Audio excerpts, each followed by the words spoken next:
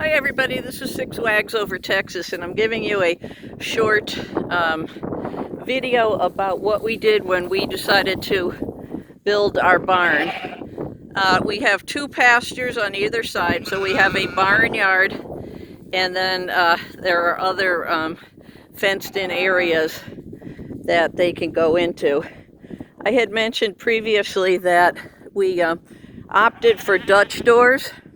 So I also referenced that we had, for every two 12 by 12 stall, it opened into one paddock. So you can see an example of that. So this area has 4 stalls, 2 paddocks, Dutch doors. I don't remember exactly how far the overhang is, but that's great for when it's really bad weather. So if we walk back here, we're going to go in through the front, and both ends of the barn have these giant sliding doors. The green that you see on it is a panel from what I'm going to show you on the inside. Of course, we have the automatic light up there, but that's no real biggie.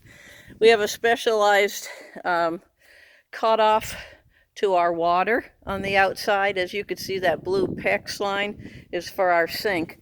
We do not have hot water in our sink, and pardon the mess of this barn, but it's midwinter. So here's our little sink. As I mentioned, that's cold water only, but in Texas, you don't need it that bad to have hot water, but it's all in what your budget is, what you feel you need. We have storage up there.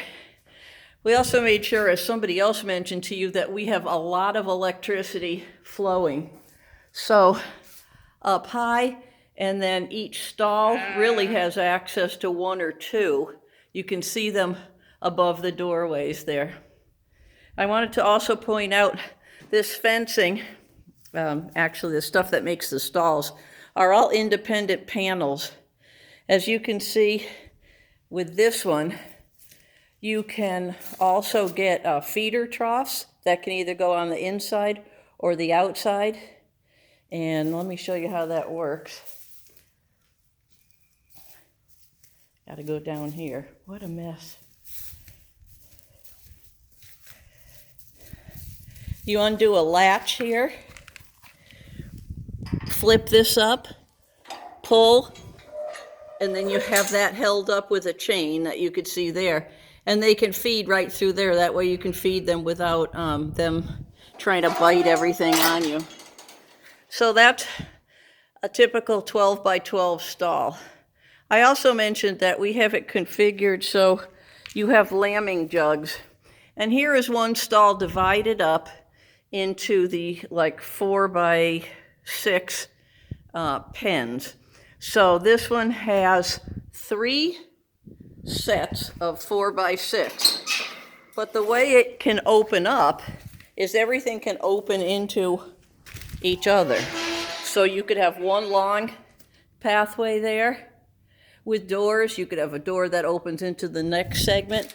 But when you have a lot of active lambing going on, it's nice to be able to have their private areas. If they have twins, usually on the second day, I leave it open so that they have a 4 by 12 area. Gives them a little more room to walk around. But it depends on what your capacity is and what you need for your babies. So all of these panel segments are from Northeast Gate. And as you can see, to move any of them, you just pull up on that or hit it with a hammer, and everything just fits together. If you notice, one of the panels on the front door is from one of these units. We use that in the spring and summer to allow really good air circulation. I also mentioned that we had blown-in insulation, and of course, everybody wants to have free lighting, so we have these panels on the roof. We also have 2 cupolas, which allow for greater air circulation, and they are lined with a mesh so birds can't get in. So birds will get in, but they'll get in a different manner. Oh, somebody got in here at my... Anyway, what we do with one of the panels is around October, we order hay in bulk. And as you can see, what we could do is just open this up and get our hay out of there. And then we can close it back. When we're done, we'll have another 12 by 12 stall there. So in this barn, 1, 2, 3, 4, 5, 6, 7 stalls, all 12 by 12, and they all open to the outside. So let me go outside for a little bit. So there's a light ready for a lamb if we need it, and the electricity, as I mentioned before. One thing I'd be real careful about doing is they designed this for us with these metal rods, which is great initially, but they ended up getting really bent, so they don't fit into the hole that each one of these has a hole that the rod would sit in and hold the door shut. But when the rods got bent, there's not a lot that you can do about it. So that's kind of a bummer. But other than that, you can separate the doors. And as I said, either close off the top or the bottom to provide against wind for babies in foul weather, but yet still have some circulation. So on this one, you just wiggle this up, and then you have the door that you could shut. If you want to shut the whole thing, you can do it this way. A lot of times with lambs, we'll want to leave the bottom shut so they don't get direct wind, and keep the top open so that the air continues to flow. And I think that's about it for what I wanted to show you about this, give you a little perspective on the top. I think that's 12 feet, the overhang. And then this, of course, is 4 by 6 with the 2 by 4 cattle panel. And I think that's pretty much it. I hope this video helps people plan some of their stuff. Before we had this place, we had a barn that we bought that came with a property, and there were some things we didn't like about that. So when we had the chance to build our own, we made some different choices. Maybe not all of them the best, like those rods, but who knew at the time? You can't plan for everything, that's for sure. And a little bit more flexibility. I showed you inside that they had those feeder troughs.